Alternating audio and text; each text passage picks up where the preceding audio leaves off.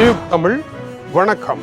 ஈரானினுடைய போர் இப்பொழுது பயண கைதிகள் போராக மாறியிருக்கின்றது. ஈரானினுடைய இஸ்லாமிய குடியரசு ஆரம்பிக்கப்பட்ட பொழுது அமெரிக்க தூதராலயத்தில் அங்கு பணியாற்றியவர்களை சிறை வைத்ததன் மூலமாக பணைய கைதிகள் நாடகம் ஒன்றின் மூலமாக அதிகார மாற்றமும் ஆரம்பமானது. இது இப்பொழுது பணைய கைதிகள் என்பது இல்லாமல் பயண கைதிகள் என்று மாறி இருக்கின்றது. மத்திய கிழக்கில் இருக்கின்ற பயணிகளை அங்கிருந்து வெளியே ஐரோப்பா, அமெரிக்கா போன்ற நாடுகளுக்கு எடுக்க முடியாமல் இருக்கின்றது. கடந்த ஒரு வார காலமாக டென்மார்க்கை சேர்ந்தவர்கள் ஏறத்தாழ 10,000 பேர் இப்பொழுது மத்திய கிழக்கில் சிக்கப்பட்டிருக்கின்றார்கள். துபாயில் இருந்து அவர்களை கொண்டு வர வேண்டும். துபாயில் இருந்து அவர்களை கொண்டு வருவதாக இருந்தால் டென்மார்க்கினுடைய சட்டத்தின்படி 10,000 பேரையும் இலவசமாக விமானங்களில் எடுத்து வந்து விட முடியாது. எனவே அவர்கள்தான் சொந்தமாக பணத்தை செலவிட வேண்டும். ஒவ்வொருவருக்கான சார்ட்டர்ட் விமானத்திற்கான டிக்கெட் விலை 10,000 குரோனர்கள் என்று அதிர்ச்சி செய்தி வெளியாகி இருக்கின்றது. ஒரு வழி கட்டணம் 10,000 குரோனர்கள் என்றால் ஏறத்தாழ இலங்கை ரூபாவில் 4,5 லட்சம் ரூபாய் வரை வரும். இதை ஒவ்வொருவரும் கட்டி இந்த பயணத்தை தொடங்க வேண்டும். அதுவும் எல்லோரும் வரக்கூடிய அளவில் விமானங்களை பெருந்தொகையாக அனுப்ப முடியாது. இதனால் ஒரு ஸ்தம்பித நிலை விமான நிலையங்களில் ஏற்பட்டிருக்கின்றது. பணைய கைதிகள் போல பயண கைதிகள் சிக்கப்பட்டிருக்கின்றார்கள். பிரான்ஸ் நாட்டை சேர்ந்தவர்கள் துபாயில் 5,000 பேர் இருக்கின்றார்கள் என்று ஏர் பிரான்சினுடைய விமானம் பறந்து செல்ல ஏவுகணை ஒன்று ஏவப்பட்ட நிலையில் அந்த விமானம் திரும்பி வந்திருக்கின்றது. ஆகவே ஈரானினுடைய ரெவல்யூஷன் கார்ட் படை பிரிவினர் சில வேளை விமானங்களில் இருந்து பயணிகளை வெளியே செல்ல விட முடியாமல் தடுப்பதற்கான வேலைகளை செய்வார்களா, அதன் மூலமாக ஒரு நிலையை உருவாக்குவார்களா என்பதும் ஓர் அச்சம் தரும் கேள்வியாக இருக்கின்றது. இந்த பயணிகளை மீட்பது இப்பொழுது சிரமமாக இருக்கின்றது. மத்திய கிழக்கில் விமான சேவைகள் தடுக்கப்பட்ட நிலையில் இருக்கின்றன. அந்த விமான நிலையங்களில் இருந்து யாரை முன்னணியில் ஏற்றுவது என்பது பிரச்சனையாக இருக்கின்றது. இவைகள் எல்லாவற்றையும் எப்படி தீர்க்க முடியும் என்று தெரியவில்லை. ஆனால் இந்த பயணிகள் எல்லோருமே இப்பொழுது ஏறத்தாழ ஆயுத முனையில் பணயம் வைக்கப்பட்டு இருப்பதை போல இந்த நாடுகளினுடைய விமான நிலையங்களில் பயண கைதிகளாக சிறைப்பட்டு கிடக்கின்றார்கள். இது இந்த போரில் முன்னர் யாரும் எதிர்பாராத ஒரு பக்கமாக இருக்கின்றது. இந்த நிலையில் அமெரிக்காவினுடைய போர்க்கால அமைச்சர் பேட் ஹெக்செட் தங்களுடைய தாக்குதலை மேலும் விஸ்தரிக்க போவதாக தெரிவிக்கின்றார். ஈரானினுடைய ஆளில்லா விமானங்களை ஏற்றி சென்ற ஒரு படகு அல்லது கப்பல்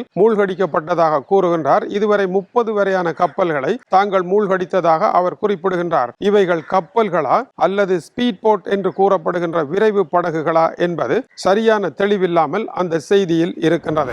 மேலும் அமெரிக்காவினுடைய உள்நாட்டை பொறுத்த வரையில் அங்கும் பிரச்சனையாக இருக்கின்றது. அமெரிக்க அதிபரனுடைய ICE படை பிரிவினர் அமெரிக்கர்களை சுட்டு தள்ளியதனாலும் அங்கு ஒரு எதேச்சாதிகார நடவடிக்கை செய்ததனாலும் அதற்கு பொறுப்பாக இருந்த அமெரிக்காவினுடைய உள்துறை பாதுகாப்பு அமைச்சர் கிறிஸ்டி நியோம், இவர் அமெரிக்க அதிபரை வாலாயம் செய்பவர். இந்த பெண்மணியை இப்பொழுது டொனால்ட் ட்ரம்ப் பதவியில் இருந்து தூக்கி வேறொருவரை புதிதாக நியமித்திருக்கின்றார். இந்த பெண்மணிக்கு வேறொரு இடத்தில் பதவி கொடுக்கப்படும் என்று கூறியிருக்கின்றார். ஆனால் ICE படைப்பிரிவினர் செய்த தவறுகளுக்கான தண்டனையாகவும் உள்நாட்டில் ஏற்பட்ட எதிர்ப்புகளுக்கு பரிகாரமாகவும் டொனால்ட் ட்ரம்ப் வளைந்து கொடுக்க வேண்டிய நிலையும் தன்னுடைய முக்கியமான மேகா அணி ஆதரவாளர் போன்ற ஒருவரை இழக்க வேண்டிய சூழ்நிலையும் ஏற்பட்டிருப்பது உள்நாட்டில் மேலும் பல நெருக்கடிகளை உருவாக்கப் போவதன் அடையாளமாக இருக்கின்றது. இந்த நிலையில் ஐக்கிய நாடுகள் ஸ்தாபனத்தினுடைய அறிக்கை UNHCR வெளியிட்டிருக்கின்றது. 3,30,000 அகதிகள் இப்பொழுது மத்திய கிழக்கு பகுதியில் இருந்து வெளியேற முடியாமல் தவித்துக் கொண்டிருக்கின்றார்கள் என்றும்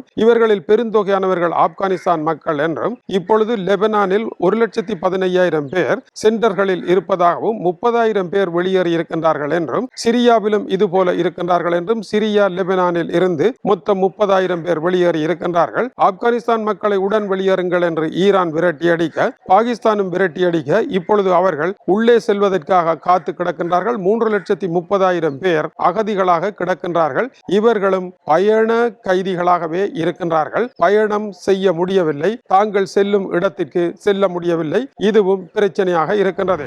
மத்திய கிழக்கில் நடைபெற்றுக் கொண்டிருக்கின்ற இந்த போரானது நாம் நினைத்த இப்படித்தான் நடக்கும் என்று உலக ஆய்வாளர்கள் சொன்ன விடயங்களை எல்லாவற்றையும் தாண்டி நாம் நினைக்காத ஒரு பக்கத்தில் எங்கோ இருந்த எரிமலைகள் எல்லாம் சிறிது சிறிதாக வெடித்துக் கொண்டிருக்கின்றது. இவைகள் எல்லாம் வெடிக்கும் என்று தெரிந்திருந்தால் இந்த போரை சிறிது காலம் தாமதித்திருக்கலாம் என்பது இப்போதைய கருத்தாக இருக்கின்றது. இந்த போரை நிறுத்துவதற்கான பேச்சுவார்த்தையில் யார் இப்பொழுது ஈடுபட்டிருக்கின்றார்கள் என்று தெரியவில்லை.